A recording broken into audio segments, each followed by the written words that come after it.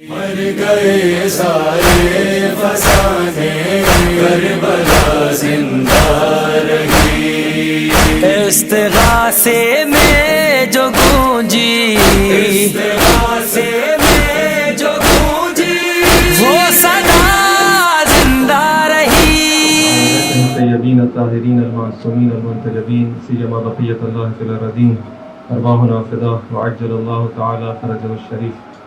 أما بعد فقد قال الله سبحانه وتعالى في كتابه الحكيم أعوذ بالله من الشيطان الرجيم بسم الله الرحمن الرحيم الله ولي الذين آمنوا يخرجهم من الظلمات إلى النور والذين كفروا أولياؤهم الطاغوت يخرجونهم من النور إلى الظلمات اولئک اصحاب النار هم فیہا خالدون۔ ایک درود پہ محمد و آل محمد کا۔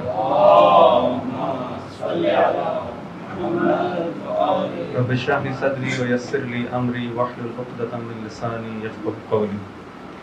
فیضان محترم، عصر حاضر کی تاریکی اور نور حسینی کے عنوان سے جس گفتگو کا آغاز کیا ہے، جس کی سلسلے کی 7ویں کڑی ہے،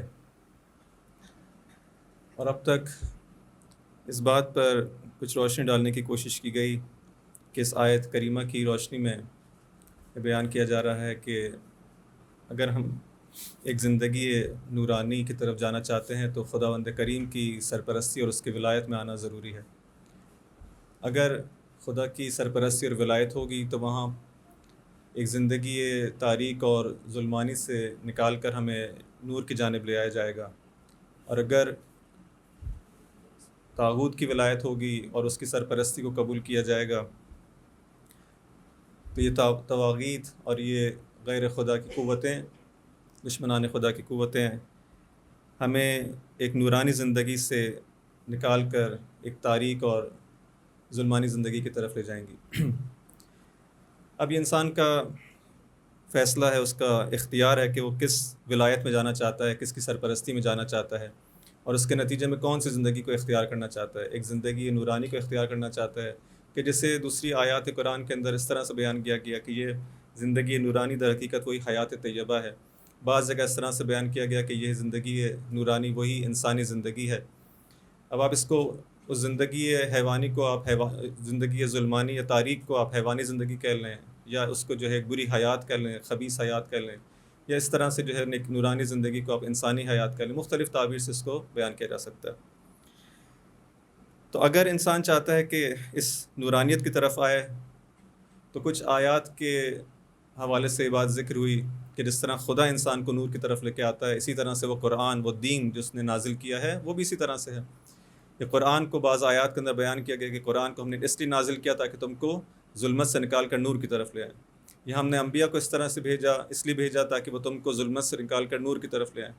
بس یہ پورا ایک ہی سسٹم ہے، ایک ہی نظام ہے، چاہے ہم اس میں خدا کی سرپرستی کی بات کریں، چاہے ہم قرآن کی بات کریں، انبیاء کی بات کریں، چونکہ ایک ہی سسٹم ہے، الہی سسٹم ہے، اس لیے سب کا ہدف یہی ہے کہ انسان کو ظلمت سے نکال کر نورانیت کی طرف لے جائے۔ اسی سسٹم کا ایک حصہ، اسی نظام کا ایک حصہ امام علیہ السلام ہے، امام حسین علیہ السلام ہے، کہ جن کو ہم دیکھتے ہیں کہ کربلا کے واقعے کے اندر، جب اس زمانے کی خاص شرائط کے اندر جب دین کو مسخ کرنے کی پوری کوشش ہو چکی تھی، اور تقریباً اگر امام علیہ السلام جس ہم کہتے ہیں کہ اگر قیام نہ کرتے تو یہ دین مسخ ہو جاتا، اور دین جو ہے باقی امام علیہ السلام کے خود کلمات سے اس بات کا اظہار ہوتا ہے کہ اس دین پر پھر فاتحہ پڑھ لینی چاہیے، سلام کر لینا چاہیے، خداحافظی کر لینی چاہیے کہ جس دین کا والی اور جس دین کا خلیفہ اور جس دین کی باغدور یزید جیسے شخص کے ہاتھ میں چلی جائے۔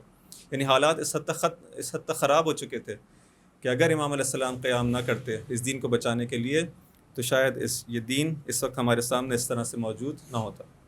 بس امام علیہ السلام دین کی بقا کی جنگ لڑتے ہیں، اور اس جنگ کے اندر کامیاب ہوتے ہیں، اور اس کی کامیابی کی یہی سب سے بڑی شہادت ہے کہ آج ہم لوگ اس طرح یہاں پر بیٹھے ہوئے، اور پوری دنیا کے اندر کروڑوں افراد جو ہیں وہ امام علیہ السلام کی یاد مناتے ہیں، اور بہت سے وہ افراد جو کہ حتیٰ مسلمان نہیں بھی ہیں، وہ اگر درد سے انسانیت لینا چاہتے ہیں، درد سے جسے کہتے ہیں کہ مظلوم اگر اب کسی ظالم کے مقابلے میں قیام کرنا چاہتا ہے تو اسی مکتب سے آ کے درس لیتا ہے۔ یہ امام علیہ السلام کی حقانیت کی اور ان کی کامیابی کی بہت بڑی دلیل ہے۔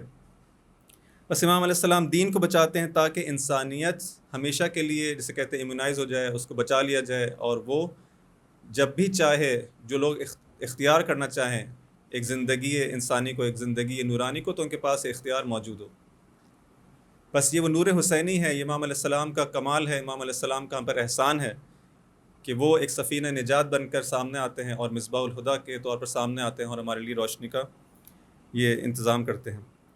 امام علیہ السلام خود فرماتے ہیں کہ میں جو اس راستے میں نکلا ہوں تو میرا جو مشعل راہ ہے وہ میرے نانا اور میرے والد کی سیرت ہے، اور میں اس پر عمل کرنا چاہتا ہوں، اور اس دین کی بقا کی جو جنگ لڑنا ہے مجھے اسی سیرت کو فالو کرتے ہوئے لڑنی ہے۔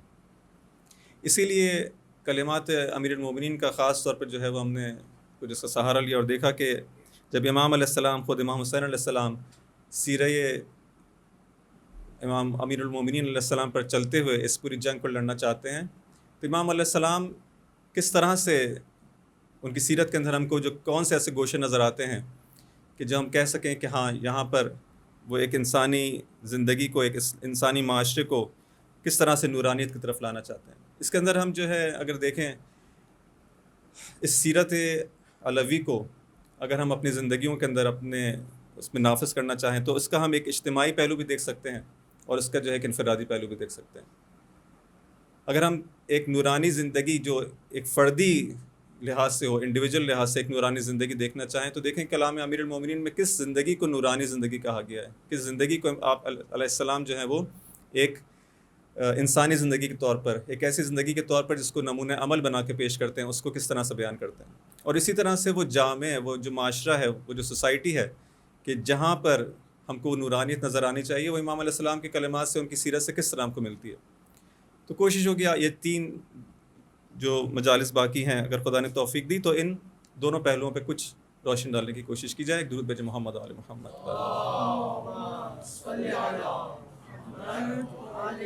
اگر ہم اس زندگی نورانی کو جو منور ہے خدا کے نور سے، اس کو دیکھنا چاہیں انسان کی زندگی کے اندر، اس کی شخصی زندگی کے اندر، تو امام علیہ السلام اس خطبہ حمام کے اندر جو خطبہ متقین کے نام سے مشہور ہے، واقعاً اس خطبے کو جتنا زیادہ انسان پڑھتا ہے، واقعاً اس امام علیہ السلام کی اس کلام کی نورانیت کو دیکھ کے واقعاً انسان اش کر اٹھتا ہے کہ کیا بہترین طریقے سے امام علیہ السلام نے توصیف کی ہے، اور کس طرح سے وہ انسان جو امام علیہ السلام کو پسند ہے کہ یہ انسان اس طرح سے، اس مکتب علوی کا پروردہ انسان، ایک شیعہ اس طرح سے ہونا چاہیے، اس کی اس طرح سے توصیف بیان کرتے ہیں۔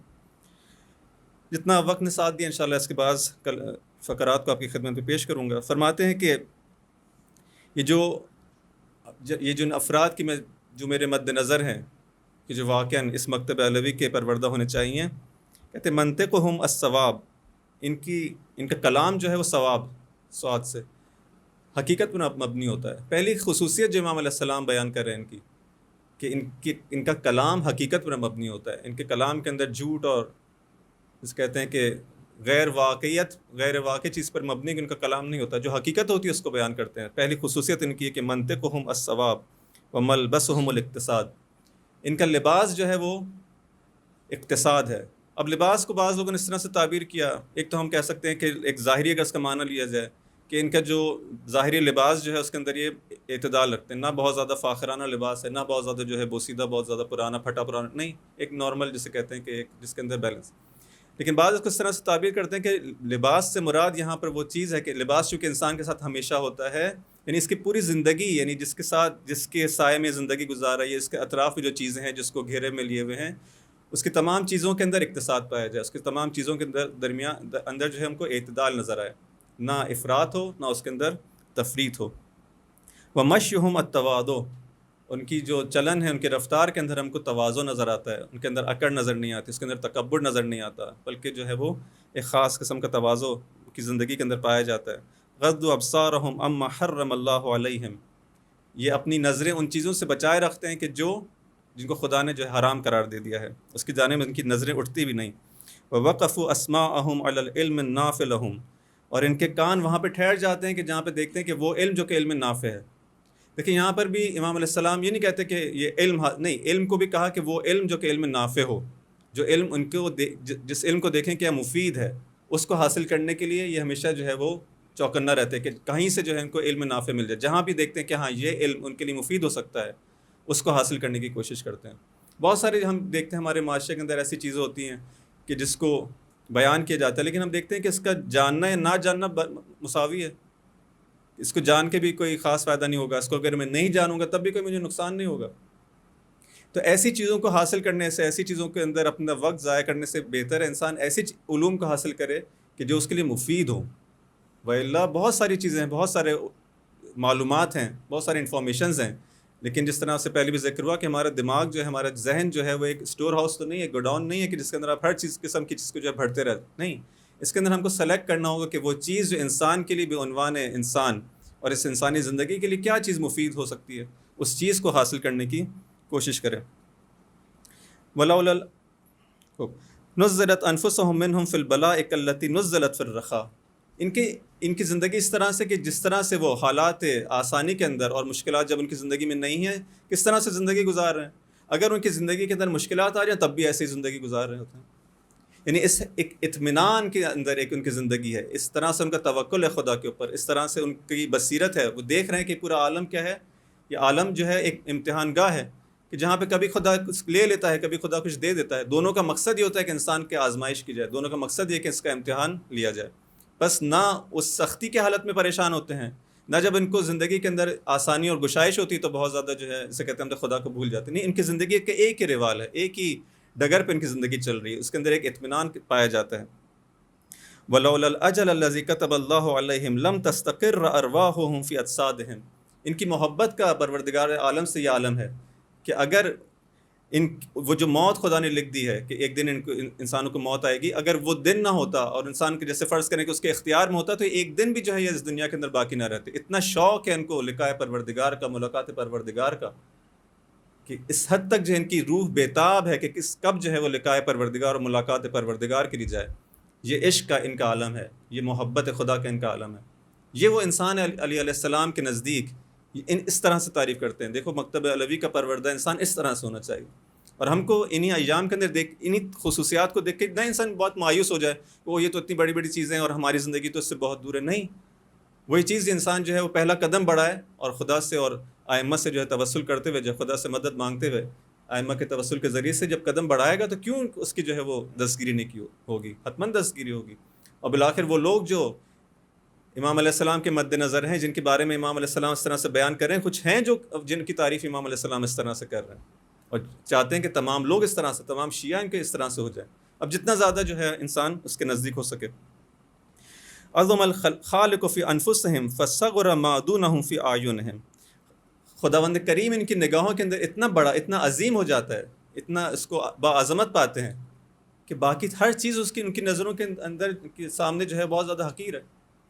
اتنا زیادہ خدا کی عظمت ان کی نگاہوں میں جلوہ گر ہوتی ہے کہ اب جیسے آپ فرض کریں کہ ایک وقت اگر انسان کسی بہت زیادہ برائٹ، بہت زیادہ جسے کہتے ہیں روشن چیز کی طرف دیکھے گا تو اس کو باقی چیزوں کی طرف جو ہے جب وہاں سے ذرا سے اپنی نگاہ ہٹائے گا بھی تو باقی تمام چیزوں کی طرف اندھیرا نظر آئے گا. اس کو نظر کچھ، کیونکہ اس نے ایک ایسی روشن چیز کو دیکھ لیا ہے کہ باقی چیزیں اس کے لیے کیا ہے، اندھیرا ہے، کچھ بھی نہیں ہے. تو اس کے نزدیک جو ہے وہ خداوند کریم کی عظمت اتنی زیادہ ہے فصغر ما دونہ فی اعینہم، کوئی اس کی ویلیو نہیں، باقی چیزوں کی کیا حیثیت ہے.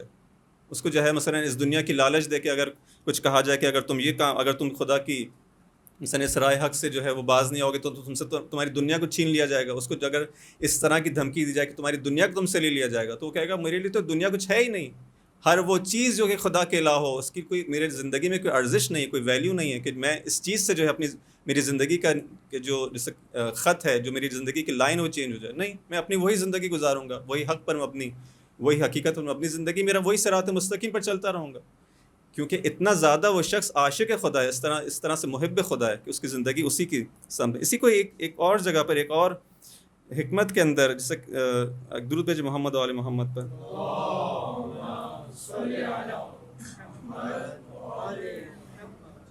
حکمت نمبر 289 کے اندر اگر آپ لوگ جا کے دیکھیں، ایک اور امام علیہ السلام کے خوبصورت جو ہے یہاں پہ ایک کلام ہے.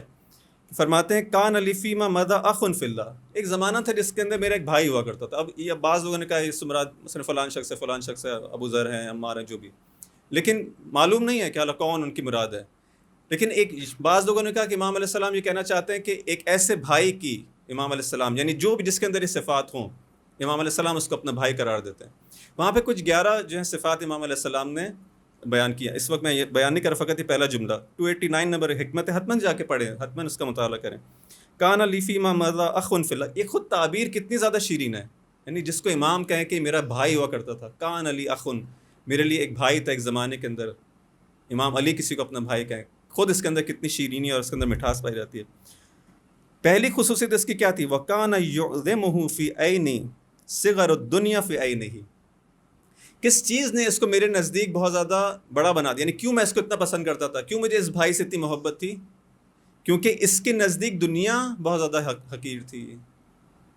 یعنی امام علیہ السلام اس شخص سے اتنی زیادہ محبت کرتے ہیں, کہتے ہیں کہ میرا بھائی ہے, کہ جس کے نزدیک دنیا جو ہے اگر حقیر ہے, صغیر ہے, تو امام علیہ السلام اس شخص کو بہت زیادہ پسند کرتے ہیں. کیوں؟ کیونکہ امام علیہ السلام جس طرح سے خود آپ کے کلمات ہیں, جس طرح سے آپ خود دنیا کی تعریف کرتے ہیں, تعریف سے مراد اس کی توصیف بیان کرتے ہیں کہ دنیا امام علیہ السلام کی نگاہ میں کیا ہے. اگر واقعی کوئی اور شخص بھی اسی طرح سے اس نتیجے پر پہنچ جائے جس طرح سے امام علی پہنچے ہیں, اور اس کی نگاہوں میں بھی دنیا حقیر ہو جائے, تو امام علیہ السلام کہتے ہیں ہاں یہ میرا, اس سے مجھے محبت ہے, کیونکہ میری طرح کا سوچتا ہے, میری طرح اس کی فکر ہے.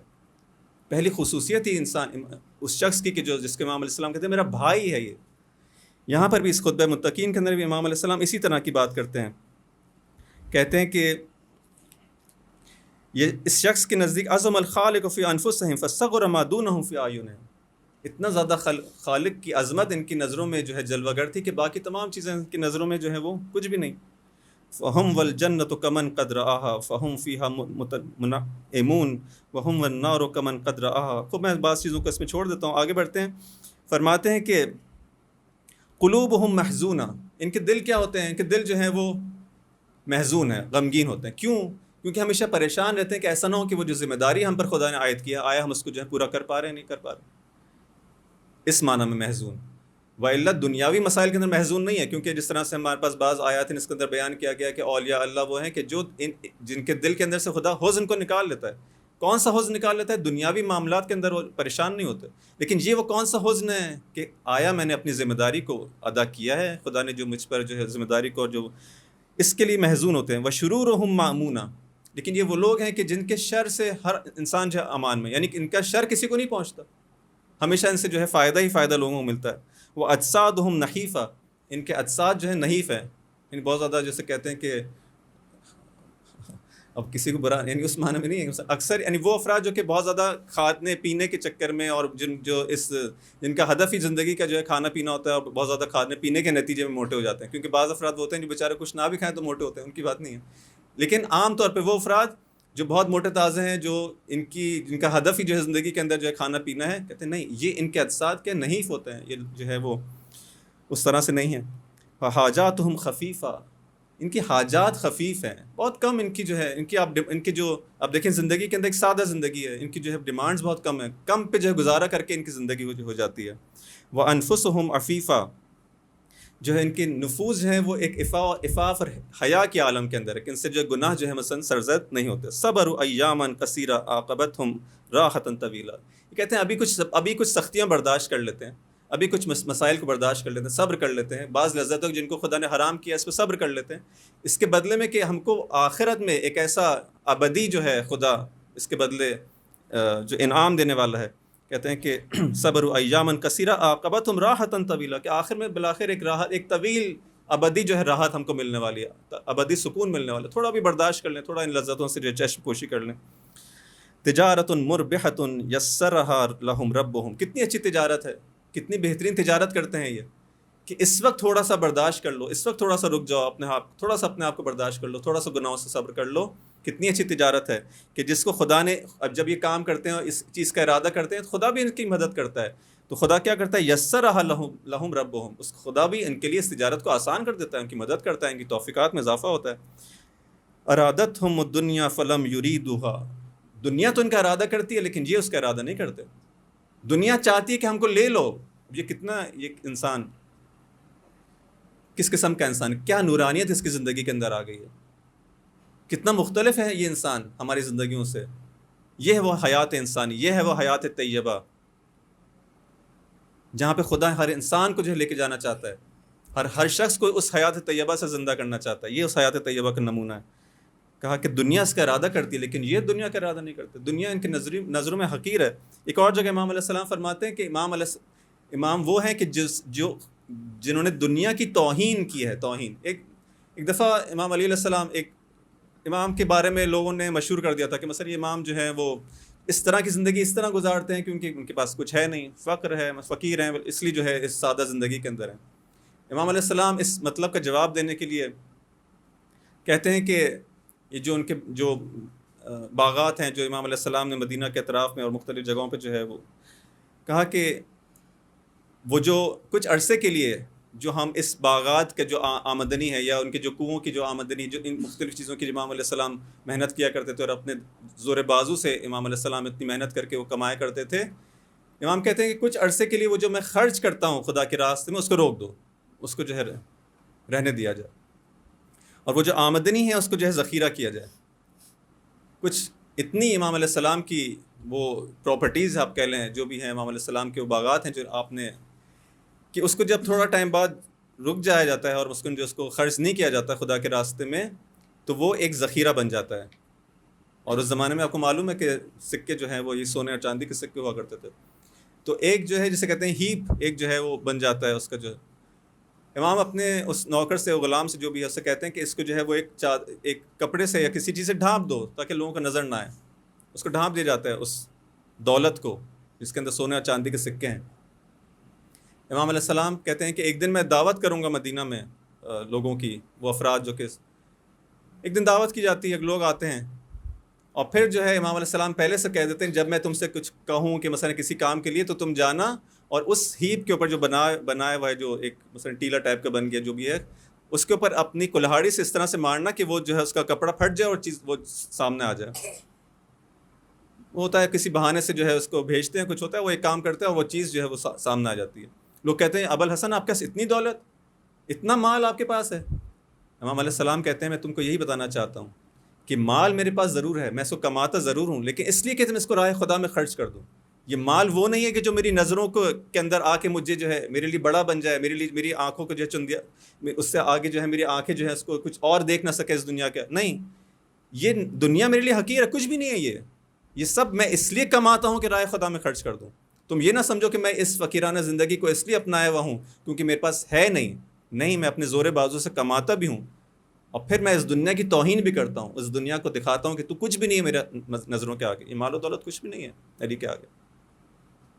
تو یہ چیز ہے کہ انسان اس طرح سے اس کے سامنے کہا کہ ارادتہم الدنیا فلم یریدوہا، دنیا تو ان کا ارادہ کرتی ہے لیکن یہ دنیا کے پاس نہیں جاتے، یہ دنیا کا ارادہ نہیں کرتے، اس طرح سے توہین کرتے ہیں دنیا کی۔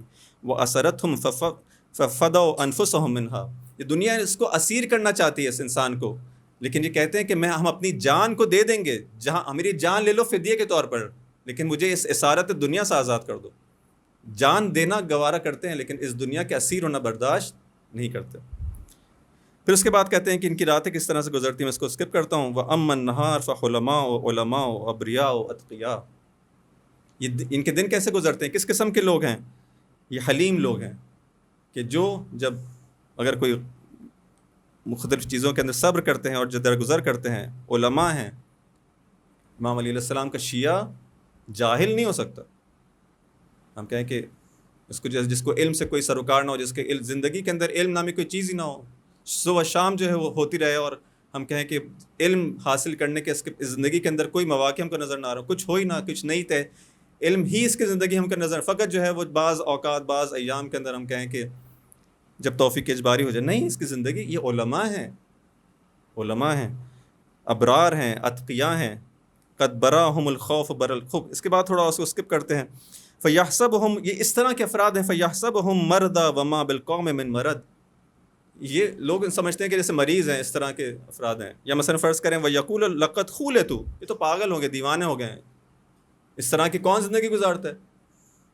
کون ہے وہ شخص اتنا زیادہ جو ہے وہ بیوقوف ہوگا کہ اتنا کمائے بھی اور پھر اس کو راہ خدا میں خرچ کر دے؟ کتنا تو بیوقوفی کی علامت ہے، یہ تو خُولِتُ، ان کا جو ہے جسے کہتے ہیں کہ تھوڑا مثلا اسکرو ڈھیلا ہو گیا، مثلا خُولِتُ، انہوں نے مکس اپ کر دیا چیزوں کو۔ یہ کہتے ہیں وَلَقَدْ خَالَتْهُمْ أَمْرٌ عَظِيمٌ، لیکن ایسا نہیں ہے، یہ لوگ اس کو اس طرح سمجھتے ہیں، لیکن اس شخص نے حقیقت کو سمجھ لیا۔ جب حقیقت دنیا کو سمجھ لیا ہے، اس کو معلوم ہو گیا کہ زندگی تجارت واقعی کون سی تجارت زیادہ پروفیٹیبل ہے، اس تجارت کے پیچھے ہے۔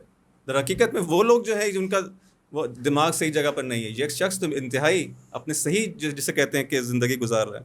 لا يرضون من اعمالهم القلیل ولا يستكثرون الكثیر، کہتے ہیں یہ وہ لوگ ہیں کہ جو اپنے اعمال پہ کبھی بھی جو ہیں وہ راضی نہیں ہوتا، کہتے ہیں یار کچھ بھی نہیں ہم نے، اگر اب اعمال کے ذریعے سے بہترین کام بھی اگر دنیا میں کر دیں، کہتے ہیں ہم نے کچھ بھی نہیں کیا، کچھ بھی نہیں تھا، کیونکہ ہر چیز کو دیکھتے ہیں خدا نے ہم کو دی ہے، توفیق بھی خدا نے دی ہے، وہ مال بھی خدا نے دیا ہے، اس کی صلاحیت بھی خدا نے دی ہے، وہ علم بھی خدا نے دیا، ہر چیز تو خدا نے دی ہے، میں نے کیا کیا؟ میں نے کچھ بھی نہیں کیا۔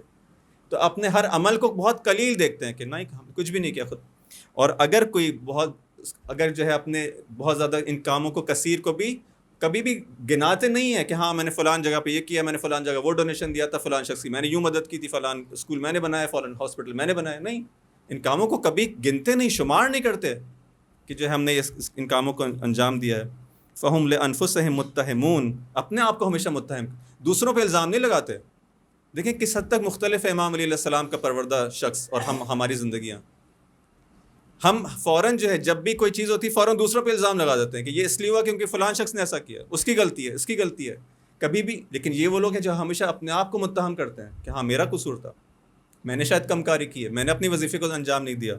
فہم لانفسہم متہمون ومن اعمالہم مشفقون، ہمیشہ اپنے آپ کو اپنے اعمال کے ذریعے سے مشقت میں ڈالتے ہیں کہ میں یہ بھی کر لوں، یہ بھی زحمت کر لوں، اس طرح سے اور خدا کے راستے میں اور قدم آگے بڑھاؤں۔ ہمیشہ ان کے نفس جو ہے ان کے ہاتھوں جو ہے پریشان ہیں۔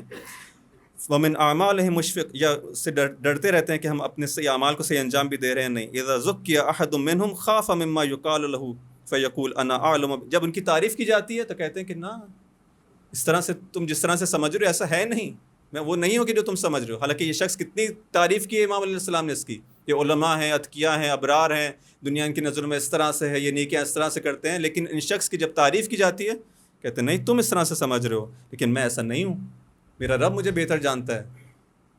گھمنڈ نہیں کرتے، اتراتے نہیں ہیں، فوراً اپنے آپ کو جسے کہتے ہیں کھو نہیں دیتے۔ فمن علامت احدہم انک تری لو قوۃ فی دین وحزما فی لین، دین کے اندر بہت قوی نظر آتے ہیں، حزما فی لین، ان کی طبیعت بہت زیادہ نرم ہے لیکن ان کے اندر ایک ارادے کی پختگی نظر آتی ہے۔ طبیعت میں آپ ان سے ملاقات کریں گے بہت ہی آپ کو جو نرم مزاج بہت ہی زیادہ، لیکن جب کسی کام کا ارادہ کرتے ہیں بڑے بڑے کاموں کے اندر آپ کو دیکھیں گے کس طرح سے ان کی ارادے کے اندر صلابت پائی جاتی ہے۔ دوبارہ سے مثال جب آتی ہے ان چیزوں کی نہیں معلوم، امام خمینی کی مثال ذہن میں آتی ہے کہ آپ دیکھیں کہ کس طرح کا کہ وہ انسان ہے کہ لیکن اس کے ایک ارادے کے اندر جو صلابت پائی جائے پوری دنیا سے ٹکر لے لیتا ہے۔ کتنی ارادے کے اندر قوت تھی، کس حد تک قوت، آسان ہے یہ چیز۔ اور خاص طور پہ اس وقت کے انقلاب اسلامی کو آپ نہ دیکھیں جو 40 سال بعد اس جگہ پہ پہنچا ہے، اس وقت جب کہ آغاز ہوا ہے، اس وقت جب کہ کچھ بھی نہیں ہے اس مملکت کے پاس، لیکن امام کس طرح سے ٹکر لیتے ہیں۔ اس وقت تو پھر بھی جو ہے کم از کم کچھ ممالک جو ہیں رشیا وغیرہ ان کے ساتھ ہیں، اس وقت سب مخالف تھے، کوئی بھی نہیں تھا ساتھ میں، شرق و غرب کی قوتیں جس کے مخالف ہوں۔ امام علیہ السلام کے ارادے کی قوت دیکھیں، ارادے کی صلابت دیکھیں، یہ واقعاً یہ ہے، یہ پروردہ مکتب علوی انسان کہتے ہیں کہ حزماً فی لیناً و ایماناً فی یقیناً و حرصاً فی، آگے بڑھتے ہیں، و علماً ویمسی وہمہ الشکر ویصبح وہمہ الذکر یبیت حذراً ویصبح فرحاً حذراً لما حذر من الغفلہ وفرحاً بما اصاب من الفضل والرحمہ ان استصعبت علیہ نفسہ فیما تکرہ لم یعطیہا سؤلہا فیما تحب۔ ایک بہت اچھا نکتہ ہے، فرماتے ہیں کہ اگر ان کا نفس جو ہے ان کو کسی اچھے کام کی طرف جب یہ لے جانا چاہتے ہیں اور وہ دیکھتا ہے کہ نہیں نفس جو ہے اس کام کے لیے جو ہے بہت زیادہ آمادہ نہیں ہے اور اس کے لیے جو اس کی بات نہیں مان رہا، اس کا نفس اس کے سامنے رام نہیں ہے، تو لم یعطیہا سؤلہا فیما تحب، تو جب نفس بھی کسی چیز کو طلب کرتا ہے تو اس کو نہیں دیتا ہے۔ یعنی اس کا جس طرح فرض کریں ایک بچے کی آپ تربیت کر رہے ہیں، ایک بچہ ہے، جب آپ دیکھ رہے ہیں آپ اس بچے سے کہتے ہیں فلان درس پڑھ لو، فلان جو ہے تم یہ کام کر لو، دیکھیں بچے نے آپ کی بات نہیں مانی تو آپ کیا کہیں گے؟ ٹھیک ہے تم میری بات نہیں مان رہے، میں بھی تمہاری بات نہیں مانوں گا۔ تو اپنے نفس کس طرح سے تربیت کرتے ہیں، تو مثلا نماز شب کے لیے نہیں اٹھ رہا، نہ اٹھ، آج جو ہے مثلا تجھ کو فلان غذا جو ہے وہ نہیں ملے گی، آج تجھ کو جو ہے میں بھوک کا جو ہے مزہ چکھاؤں گا، آج میں روزہ رکھوں گا۔ یعنی اس طرح سے اپنی نفس کی تربیت کرتے ہیں کہ اگر نفس ان کے آہستہ آہستہ اس کو رام کرنے کی کوشش کرتے ہیں، لم یعطیہا سؤلہا فیما تحب قرۃ عین فیما لا یزول وزہادتہ فیما لا یبقی. ان کی دل کی روشنائی کس چیز کے اندر ہے؟ ایسی چیز جو کہ ہمیشہ ہمیشہ باقی رہنے والی ہے. وہ ان کے لیے جنت اور یہ جو بشارت آخرت ہے، یہ ان کے لیے جو ان کی دل کی، ان کی آنکھوں کی روشنی ہے. وزہادتہ فیما لا یبقی، اور وہ چیز جو کہ باقی نہیں رہنے والی تھی اس سے جو ہے زہد اختیار کرتے ہیں، اس کی طرف اصلا توجہ ہی نہیں کرتے، ان کی طرف ان کا رجحان ہی نہیں ہوتا. یمزج الحلم بالعلم، ان کا حلم علم کے ساتھ ہے. یعنی جہاں پہ ان کے اندر قوت برداشت اور تمام چیزیں ہیں، بردباری پائی جاتی ہے علم کے ساتھ ساتھ. والقول بالعمل، ان کا قول عمل کے ساتھ. فقط قول نہیں ہے میری طرح کہ فقط جو باتیں انسان جو کرتا رہے، نہیں، جہاں پہ قول ہے وہاں پہ عمل بھی کرتے ہیں. تراہ قریبا عملہ قلیلا زللہ، بہت لمبی لمبی آرزو نہیں کرتے، بہت لمبی کہ ہاں یہ ہو جائے گا پھر وہ ہو جائے گا. ہم دنیا کے اندر دنیا کے حوالے سے بہت لمبی آرزو نہیں کرتے. ان کا جو ہے عمل جو ہے قریب چیزوں کے بارے میں جو ہے فقط. قلیلا زللہ، ان کا جو لغزش ہے بہت کم ہے. ان کی زندگی کے اندر ہم کو جو لغزشیں اور خطائیں بہت کم ملیں گی. خاشعا قلبہ قانعا نفسہ منظورا عقلہ سہلا امرہ. دیکھیں، ہم بہت ساری چیزیں ہوتی ہیں، ہم بہت سی چیزوں کے بارے میں کہتے ہیں نا کہ جس کے اندر بہت ساری ایسی مشینریز ہیں، بہت ساری گاڑیاں ہیں کہ ہم کہتے ہیں کہ ہم کو ایک ایسی گاڑی چاہیے کہ جس کے اندر کنزمپشن اس کا بہت کم ہو لیکن اس کی پروڈکٹیوٹی جس کا سفر وہ کراتی ہے بہت زیادہ ہو. یہ ہم اس طرح کی چیزیں چاہیے. امام علیہ السلام اسی انسان کی اسی طرح سے بات کرتے ہیں. اس کا کنزمپشن بہت ہے، یہ لیتا بہت کم ہے اپنے لیے، لیکن اس کی جو پروڈکٹیوٹی ہے بہت زیادہ ہے. منظوراً عقل ہو، کھاتا کم ہے.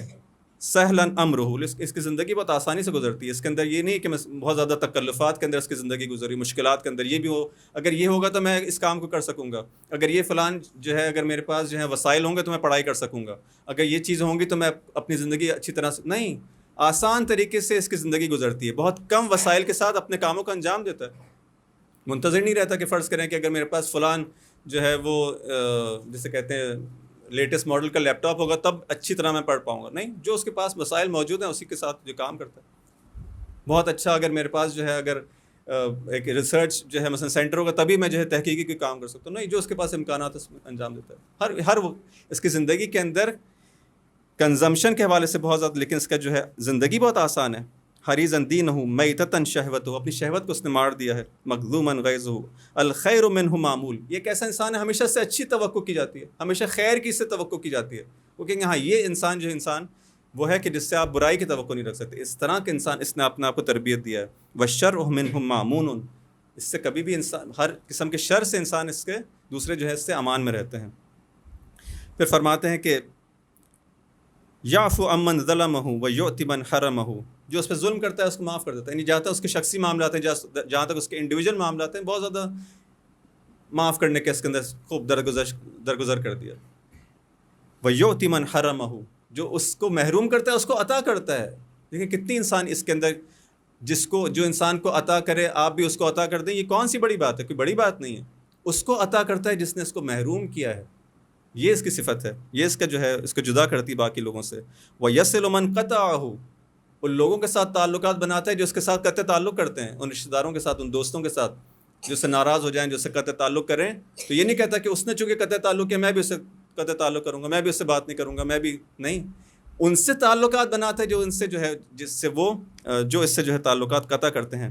بعیداً فحشہ، اس کی زبان پر جو ہے کبھی فحش نہیں آتا، کبھی بری بات، نازیبا کلمات نہیں آتے اس شخص کی زبان پر. بعیداً فحشہ، یا اس کی اگر اس معنی لیں کہ پوری اس کے گناہوں سے جس کا یہ شخص جو دور رہتا ہے. لینا قولہ، اپنے کلام کے اندر لین، نرم مزاج، سخت بات نہیں کرتا.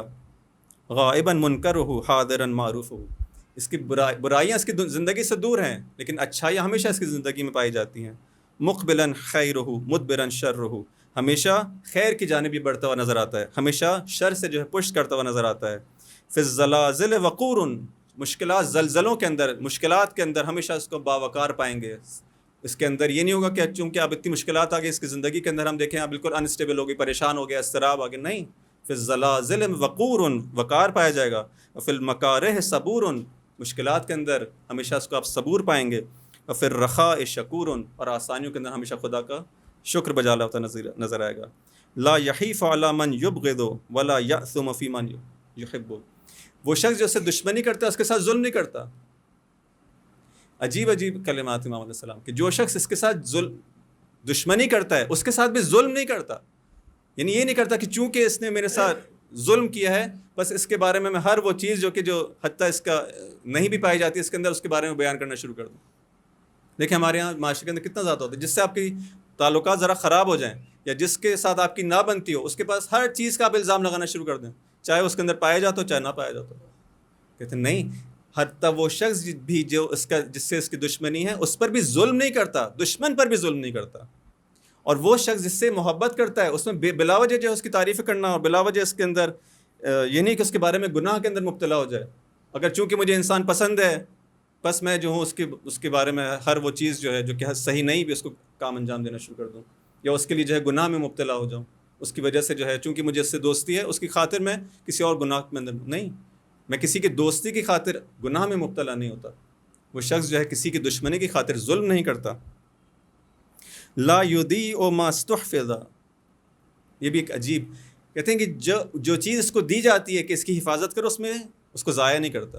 یعنی کیا؟ مثلا فرض کریں آپ کو جو ہے کوئی پوسٹ دی گئی، کوئی مقام دیا گیا، کہا کہ اس پوسٹ کے پر آپ دیکھ رہے ہیں کہ میں اس کام کو انجام نہیں دے سکتا، میرے اندر صلاحیت نہیں ہے کہ اس کام کو انجام دوں، تو اس کو ضائع نہیں کروں گا میں کہ ہاں ٹھیک ہے میرے پاس میں سورس لگا کے اور میرے چچا اور میرے ماموں اور میرے فلان دوست کی جو ہے وہ بڑی جو ہے سورس ہے تو مجھے کسی جگہ پہ جو ہے وہ لگا دیا گیا اور میں اس کام کو انجام ہی نہیں دے سکتا، میرے اندر وہ اہلیت ہی نہیں، وہ صلاحیت ہی نہیں، صرف اور صرف تعلقات کی بنیاد پر سوائے صرف اور صرف ان چیزوں کی بنیاد پر میں ایک اعلیٰ مقام پہ پہنچ جاؤں، مجھے ایک چیز دے دی جائے اور اس کو میں ضائع کر دوں۔ اب امام علیہ السلام کا کلام جو ہے وہ ہر چیز کے بارے میں، چھوٹی چیز کے بارے میں بھی آ سکتا ہے، بڑی چیز، چھوٹی سے چھوٹی امانت جب دی جاتی ہے اس کو ضائع نہیں کرتا، بڑی امانت دی جائے، بڑی پوسٹ دی جائے، اس کو ضائع نہیں کرتا، اور یہی چیز ہمارے لیے بھی آئے گی، جب ہم کو ولایت علی ابن ابی طالب کی محبت دی گئی ہے اس کو بھی ضائع نہیں کرتا، یہاں پہ بھی یہ چیز آئے گی، ہم کو یہ امانت دی گئی ہے نہیں دی گئی ہے، امانت دی گئی ہے، اس کو ضائع نہیں کرتا، اس کی حفاظت کرتا ہے، اپنے لیے بھی حفاظت کرتا ہے، اپنی آئندہ آنے والی نسلوں کی بھی اس کے لیے حفاظت کرتا ہے۔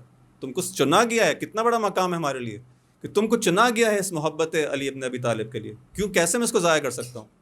لیکن اگر ہم اسی طرح سے، اگر خدا نہ کرے کہ کسی کی زندگی جو ہے گناہوں میں مبتلا ہو، خدا نہ کرے کہ زیادہ اس گناہوں کے اندر مبتلا ہو کے اس محبت علی ابن ابی طالب کی اس کے دل سے نکل جائے، کوئی گارنٹی تو نہیں ہے کہ خدا نے جو دے دی تو ہمیشہ باقی رہے گی، نہیں، اس کو حفاظت کرنا ہماری ذمہ داری ہے اور ہماری نسلوں میں اس کو باقی رکھنا ہماری ذمہ داری ہے۔ تو فرمایا کہ یہ شخص جو ہے لا یضیع ما استحفظ ولا ینسی ما ذکر ولا ینابذ بالالقاب ولا یضار بالجار۔ خوب تھوڑا اور اسکپ کرتے ہوئے اس کے آخری کلمات کو پڑھتے ہیں، کہتے ہیں کہ نفسہ منہ فی عناء والناس منہ فی راحۃ، اس کا اپنا نفس تو اس سے بہت جو ہے جسے کہتے ہیں مشقت میں ہے، اپنے آپ کو بہت مشکلات میں ڈالتا ہے، مجھے یہ کام بھی کرنا ہے وہ کام بھی کرنا ہے، سکون میں نہیں ہوتا، نہیں، معاشرے کے اندر یہ اپنی ذات کے اندر بھی ایسا ہی ہے، اپنی ذات کی جسے کہتے ہیں کمال تک لے جانے کے لیے اپنے آپ کو سختی میں رکھتا ہے، کیونکہ بالآخر انسان جب چاہتا ہے کہ کسی اس کمال تک، اس بلندی تک پہنچے، بارہا اس کو عرض ہوا کہ جب انسان کسی کمال تک پہنچنا چاہتا ہے، کسی بلندی تک پہنچنا چاہتا ہے، بالآخر اس کو زحمت تو برداشت کرنی پڑے گی۔ ایک شخص جو ہے وہ ایک بہت بڑی پہاڑ کو جو ہے سر کرنا چاہے، کتنا مشکل ہے اس کے لیے، مشکلات، جتنا زیادہ وہ پہاڑ بلند ہوگا اتنا ہی زیادہ اس کا جسم جو ہے سختی کے اندر آئے گا۔ بس اگر یہ شخص بھی اس کمال انسانی تک پہنچنا چاہتا ہے کہ جس کے لیے خدا نے اس کو خلق کیا ہے، اپنے آپ کو اس کو مشکلات میں ڈالنا ہوگا اور ڈالتا ہے، اور اپنی زندگی کے اندر بھی اور اطراف کے اندر بھی، معاشرے کے اندر جب دیکھتا ہے کہ فلان شخص کو اس چیز کی ضرورت ہے، اپنی ممکن ہے اس کو جو اپنی نیندوں کو قربان کرنا پڑے، اس شخص کی جا کے ہیلپ کرتا ہے، کسی ایک شخص کی کسی ایک اپنی سوسائٹی کے اندر کوئی مسئلہ ہو گیا، جاگتا ہے، قربانی دیتا ہے، مال کی قربانی دیتا ہے، کبھی جان کی قربانی دیتا ہے، ان چیزوں کی، کیوں؟ کہتے ہیں اس کا نفس اپنے لیے جو ہے وہ اپنے آپ کو سختی میں ڈالتا ہے، والناس منہ فی راحۃ، لیکن لوگ اس سے کتنے زیادہ راحت میں ہوتے ہیں، اس کی وجہ سے لوگ آسانی محسوس کرتے ہیں، اس کی وجہ سے لوگوں کے کام حل ہو جاتے ہیں، اس کی وجہ سے لوگوں کے مسائل حل ہو جاتے ہیں، لوگوں کے مسائل اس کی وجہ سے حل ہوتے ہیں، لیکن خود مشکلات میں رہتا ہے اپنے آپ کو کمال تک پہنچانے کے لیے، اپنے معاشرے کو جو ہے وہ اس مسئلے سے نکالنے کے لیے، اتعب نفسہ لآخرتہ، آخرت کی خاطر اپنے نفس کو جو ہے وہ تھکاتا ہے، اپنے آپ کو جو ہے، وَأَرَاحَ النَّاسَ مِن نَفْسِهِ، لیکن لوگوں کو اپنے نفس سے جو ہے وہ اپنے آپ سے جو ہے وہ سکون میں لے کر آتا ہے، بُعْدُهُ عَمَّن تَبَاعَدَ عَنْهُ زُهْدٌ وَنَزَاهَةٌ وَدُنُوُّهُ مِمَّن دَنَا مِنْهُ لِينٌ وَرَحْمَةٌ لَيْسَ تَبَاعُدُهُ بِكِبْرٍ وَعَدَمَةٍ وَلَا دُنُوُّهُ بِمَكْرٍ وَخَدِيَّةٍ، اگر کسی سے نزدیک ہوتا ہے تو اس لیے نہیں کہ یہاں پہ کسی کو جو ہے وہ اس کی کسی دھوکے کی وجہ سے نزدیک ہونا چاہ رہا ہے، کسی وجہ سے نہیں، واقعاً اس سے جو ہے چونکہ چاہتا ہے کہ اس کا کردار اس طرح سے ہے کہ وہ کسی ہیلے اور مکر کی وجہ سے کسی سے نزدیک نہیں ہوتا، لوگوں سے محبت کرتا ہے اس لیے ان سے نزدیک ہوتا ہے. کسی سے جو اگر دور ہو رہا ہے تو تکبر کی وجہ سے دور نہیں ہوتا کہ میں اس شخص سے کیوں تعلقات رکھوں، نہیں. نہ اس کا کسی سے دور ہونا، یعنی ملاک اس کا خدا ہے جس خدا کی جس کہتے ہیں ملاک حب خدا ہے. جہاں پہ دیکھتا ہے کہ یہاں پہ مجھے لوگوں سے نزدیک، ان سے دوستی کرنی چاہیے خدا کی خاطر، وہاں سے نزدیک ہوتا ہے، نہیں کہ میرا اس میں کوئی فائدہ ہو جائے. اگر کسی سے دشمنی اختیار کر رہا ہے، کسی سے دوری اختیار کر رہا ہے، وہاں پہ بھی ملاک اس کا جو ہے خدا ہے، کہ چونکہ خدا کو دشمن ہے، کیونکہ خدا کو پسند نہیں، کیونکہ خدا کے دین کے لیے نقصان دہ ہے. یہ ہے وہ شخص جو کہ امام علیہ السلام جس کو پروردہ مکتب علی جو جس کی زندگی کس حد تک دیکھیں نورانی ہے. امام علیہ السلام کو ایسا انسان چاہیے.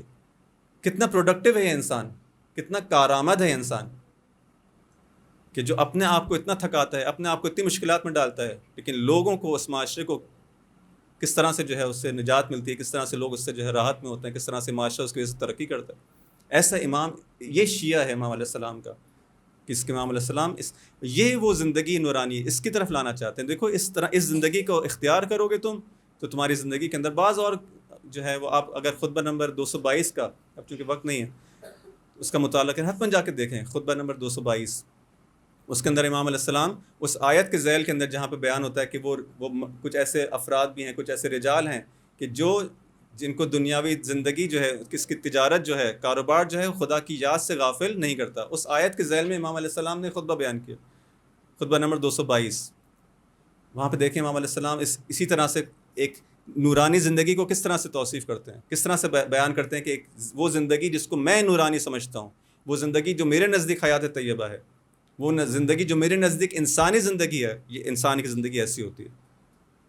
انسان اس خطبے کو پڑھتا رہے اور اپنے آپ کو دیکھیں ہم کتنا دور ہیں، کتنا فاصلے پر ہیں ہم لوگ اس معیار کے مطابق، اس معیار سے کتنا فاصلے پر ہیں. لیکن دوبارہ وہی بات، مایوس نہ ہو. یہ کلمات امام علیہ السلام نے بیان کی اسی خطبے کے اندر، ظاہراً جہاں تک مجھے یاد پڑ رہا ہے اس کے آخر میں یہی ہے کہ لیکن میں تم کو جو ہے یہ تمام باتیں بتا رہا ہوں، اس کا مطلب یہ نہیں ہے کہ تم جو کہو کہ یہ تو بہت مشکل کام ہے بس اس کو چھوڑ دیں. ہاں، اسی جو حکمت نمبر 289 کے اندر فرماتے ہیں فَعَلَيْكُمْ بِهَذِهِ الْخَلَائِقِ، بس یہ جو میں نے خصوصیات بیان کی ہیں اس کو اپنی زندگی کے اندر اپنانا شروع کر دو. فَأَلْزَمُوهَا وَتَنَافَسُوا فِيهَا، اور اس کے اندر تنافس کرو، یعنی جس طرح سب ریسنگ ہوتی ہے جہاں پہ، تو کس طرح سے جب گھوڑے جو کسی میدان میں بھاگتے ہیں تو گھوڑوں کی آپ دیکھتے ہیں کس طرح سے ان کی سانس جو ہے وہ اس کو کہتے ہیں نفس ہونا.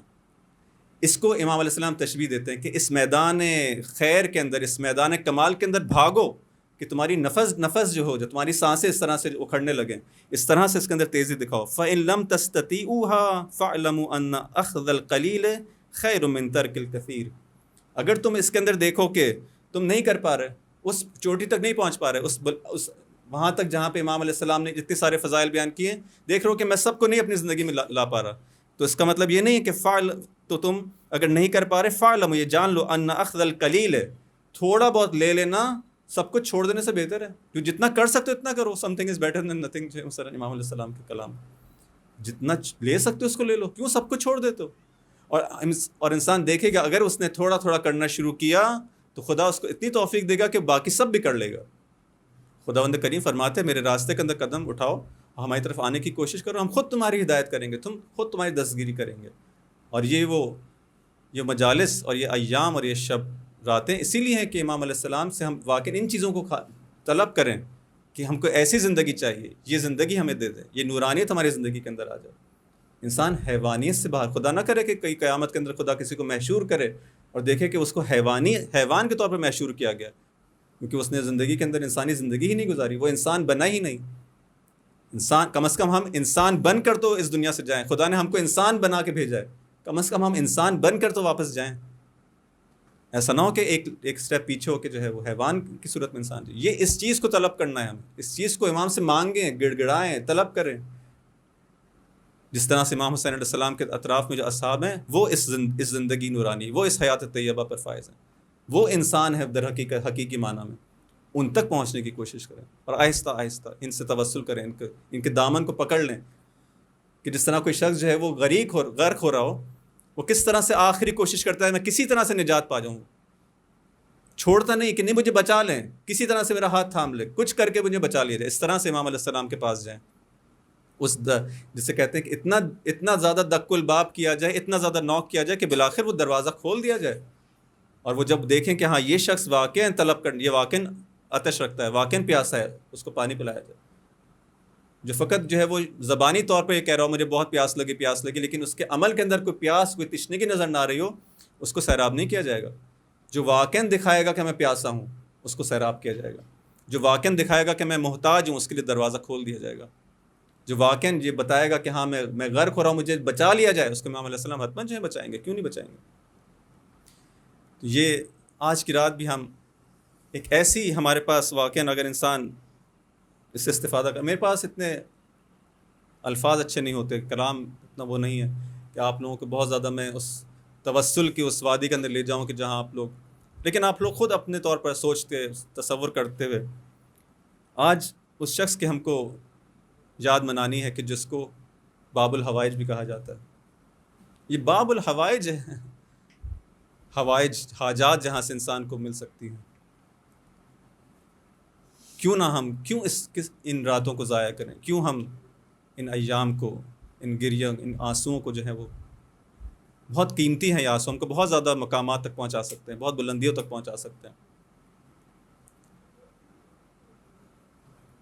اس ہستی کی یاد کرنی ہے جو باب الحوائج ہے۔ آپ کی والدہ کو ام البنین کہا جاتا ہے، آپ کے 4 بیٹے ہیں، 4 فرزند ہیں۔ وہ 4 فرزند ہیں کہ جو چاروں کے چاروں کربلا کے اندر امام علیہ السلام پہ قربان ہوتے ہیں۔ ان میں سے ایک بیٹا قمر بنی ہاشم ہے۔ وہ ماں کس طرح سے اس نے اپنی اولاد کی تربیت کی ہے کہ اپنے 4 فرزند کو امام علیہ السلام پہ قربان کر دیتی ہیں۔ ان میں سے ایک فرزند عباس ہیں، ایک فرزند قمر بنی ہاشم ہے۔ جب یہ کاروان واپس مدینہ پلٹتا ہے اور بشیر خبر دیتے ہیں کہ کاروان آل محمد واپس آ چکا ہے، ام البنین کو خبر ہوتی ہے، پوچھتی ہیں کہ میرے بیٹے کا کیا ہوا، میرے حسین کی خبر دو۔ اپنے بیٹے عباس کا نہیں، اپنے بیٹے حسین کی بات کرتی ہیں، میرے بیٹے حسین کا کیا ہوا۔ بشیر ان کو کہتا ہے کہ آپ کا بیٹا عبداللہ شہید ہو گیا۔ کہتے ہیں میرے بیٹے کی خبر دو۔ کہتے ہیں آپ کا بیٹا ہے، عثمان اور جعفر بھی شہید ہو گئے، دوبارہ منتظر ہے کہ کسی طرح مجھے میرے بیٹے کی خبر دی جائے۔ کہتے ہیں کہ آپ کا عباس بھی شہید ہو گیا۔ جب یہ سنتی ہیں کہ میرا عباس بھی شہید ہو گیا، کہتی کہ میرا سب کچھ، جو کچھ اس دنیا کے اندر ہے، سب کچھ میرے امام، میرے حسین پر قربان ہو۔ راوی بتانا شروع کرتا ہے کہ کس طرح سے آپ کے بیٹوں نے شجاعت کے جوہر دکھائے، کس طرح آپ کے بیٹوں نے اپنے آپ کو امام پر قربان کر دیا، اور پھر بتاتا ہے کہ آپ کا بیٹا عباس، اس کے دونوں ہاتھوں کو قلم کر دیا گیا۔ جب بی بی سنتی ہیں تو کہتی ہے کہ ہاں، چونکہ میرے عباس کے ہاتھ نہیں تھے اس لیے میرا حسین جو سرزمین کربلا پر شہید کر دیا گیا۔ اگر میرے عباس کے ہاتھ ہوتے تو کس میں یہ جرأت تھی کہ میرے حسین پر وار کرتا، ان کا سر جو ہے قلم کرتا۔ یہ حضرت عباس ہیں، یہ ان کا مقام ہے، اس طرح سے وفادار ہیں، اس طرح سے بابصیرت ہیں۔ امام جعفر صادق علیہ السلام ان کو جب سلام کرتے ہیں، زیارت کرتے ہیں، تو آپ کو اس طرح سے سلام کرتے ہیں کہ آپ وہ ہیں کہ جو وفادار ہیں، جو مطیع ہیں، مطیع للہ ہیں، مطیع رسول ہیں، مطیع امیر المومنین ہیں، جن کی اہم ترین خصوصیت اطاعت پروردگار ہے، اطاعت مولا ہے، جن کی وفاداری کا آپ گواہی دیتے ہیں، جن کی وفاداری کی امام صادق علیہ السلام گواہی دیتے ہیں، جن کی بصیرت کی گواہی دیتے ہیں کہ میرے چچا کتنے بابصیرت تھے، یہ وہ عباس ہیں جو قمر بنی ہاشم۔ جب صبح عاشور ہوتی ہے اور ایک ایک کر کے اصحاب رن کو جانا شروع ہوتے ہیں، یہ چھوٹا سا لشکر آہستہ آہستہ کم ہوتا شروع ہوتا ہے۔ یہ 72 افراد پر مشتمل لشکر، یہاں تک کہ بنی ہاشم کی باری آتی ہے، بنی ہاشم میں بھی ایک ایک کر کے افراد جانا شروع ہوتے ہیں۔ عصر عاشور کے نزدیک اب 2 لوگ اس رن کے اندر باقی رہ چکے ہیں، 2 بھائی ہیں جو اس رن میں، اس کربلا کے میدان میں، یا امام حسین ہے یا حضرت عباس ہے۔ حضرت عباس اس عالم کے اندر جب سب جا چکے ہیں، اب اپنے بھائی کو تنہا دیکھ رہے ہیں، کتنی محبت ہے حضرت عباس کو امام حسین علیہ السلام سے، کس طرح سے برداشت کرتے ہوں گے کہ سب جا چکے ہیں، سب قربان ہو چکے ہیں۔ ایک دفعہ آتے ہیں امام علیہ السلام کے پاس، کہتے ہیں بھیا بس اب مجھ سے رہا نہیں جاتا، اب میرے سینہ جو ہے گھٹتا ہے، میں کیسے دیکھوں کہ آپ کی اس مظلومیت کو، مجھے جانے کی اجازت دے، مجھے جنگ کی اجازت دے، اب میں برداشت نہیں کر سکتا۔ یہ بات ہو رہی ہوتی، امام علیہ السلام کہتے ہیں عباس تم تو میرے لشکر کے علم بردار ہو، اگر تم چلے گئے تو اس لشکر کا کیا ہوگا؟ حضرت عباس علیہ السلام ایک دفعہ دائیں دیکھتے ہیں، بائیں دیکھتے ہیں، کہتے ہیں امام وہ لشکر کہاں ہے کہ جس کا میں علم بردار تھا، وہ لشکر کہاں ہے کہ جس کا میں علم بردار تھا؟ امام علیہ السلام کہتے ہیں نہیں عباس، تجھ سے ہمیں ڈھارس ہے، تجھ سے امامت کو ڈھارس ہے۔ ایک شاعر تھا، ایک زمانے میں ایک شعر لکھتا ہے اور اس کا مفہوم یہی ہوتا ہے کہ عباس وہ ہیں کہ جس سے خورشید امامت کو ڈھارس تھی، اور پھر وہ شعر لکھ کے اس کا مصرع مٹا دیتا ہے، کہتے شاید میں نے گستاخی کر لی امام علیہ السلام کی شان میں۔ رات کو جب سوتا ہے تو امام حسین علیہ السلام خواب میں دیکھتا ہے، کہتا ہے شاعر تو نے صحیح لکھا تھا، تو نے صحیح لکھا تھا، کربلا کے میدان میں خورشید امامت کو عباس سے ڈھارس تھی،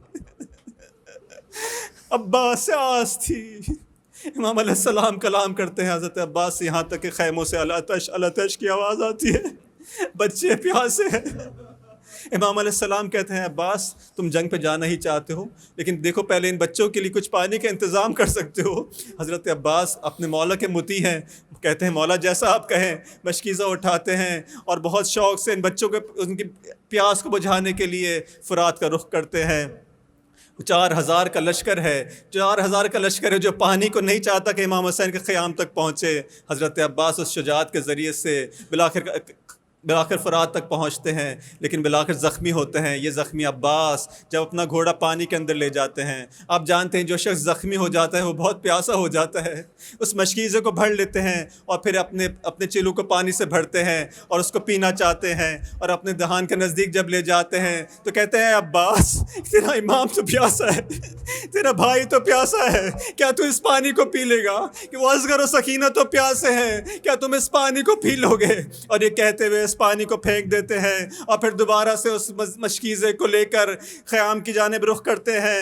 اب وہ 4000 کا لشکر ہے، امام حضرت عباس علیہ السلام کی اس طرح سے گھیر لیتا ہے اور نہیں چاہتا یہ مشکیزہ پانی کا خیموں تک پہنچنے پائے۔ ہر طرف سے وار ہونا شروع کرتے ہیں، کوئی تلوار مارتا ہے، کوئی تیر مارتا ہے، یہاں تک کہ ایک وار ایسا ہوتا ہے کہ آپ کا دایاں ہاتھ قط ہو جاتا ہے۔ حضرت عباس کہتے ہیں اگر تم نے میرا سیدھا ہاتھ قط کر دیا تو کیا ہوا، میں اپنے امام کی نصرت سے ہاتھ نہیں اٹھاؤں گا۔ اس مشکیزے کو بائیں ہاتھ میں لے لیتے ہیں، دوبارہ آگے بڑھنا چاہتے ہیں، درختوں کی آڑ میں آگے بڑھنا چاہتے ہیں کہ کسی طرح سے پانی آگے پہنچ جائے، اور پھر تھوڑی دیر بعد یہ آپ کا بایاں ہاتھ بھی قلم کر دیا جاتا ہے۔ حضرت عباس مشکیزوں کو سنبھالتے ہیں، اس طرح سے سنبھالتے ہیں کہ بس کسی طرح سے پانی جو پہنچ جائے خیموں تک۔ حضرت عباس کی پوری کوشش یہ ہے، آپ کا پورا سرمایہ زندگی یہ پانی ہے، پورا سرمایہ زندگی یہ پانی ہے، یہاں تک کہ ایک تیر چلتا ہے اس مشکیزے میں پیوست ہو جاتا ہے، یہاں پہ عباس کی آس چھوٹ جاتی ہے، وہ پانی زمین میں بہہ جاتا ہے۔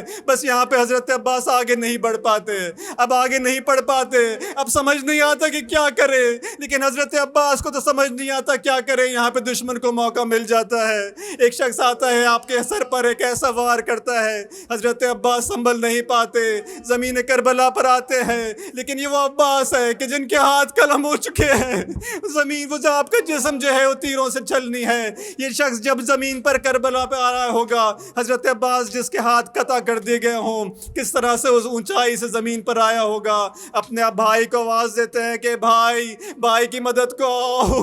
امام حسین علیہ السلام وہاں پر فوراً حضرت عباس کی کمک کے لیے جاتے ہیں۔ جب پہنچتے ہیں اور دیکھتے ہیں کہ بھائی اس طرح سے زخمی ہے، بھائی کے سر کو اپنے آغوش میں لیتے ہیں، خون اپنے آپ کے چہرے سے صاف کرتے ہیں۔ حضرت عباس اپنے مظلوم بھائی کی جانب نگاہ کرتے ہیں۔ تھوڑی دیر بعد آپ کی روح آپ کے قفس عنصری سے پرواز کر جاتی ہے۔ امام علیہ السلام فرماتے ہیں الان انکسر ظہری، میری کمر ٹوٹ گئی، لیکن اس ٹوٹی ہوئی کمر کے ساتھ اس علم کو اٹھاتے ہیں، اس علم کو اٹھاتے ہوئے خیموں کی جانب بڑھنا شروع کرتے ہیں۔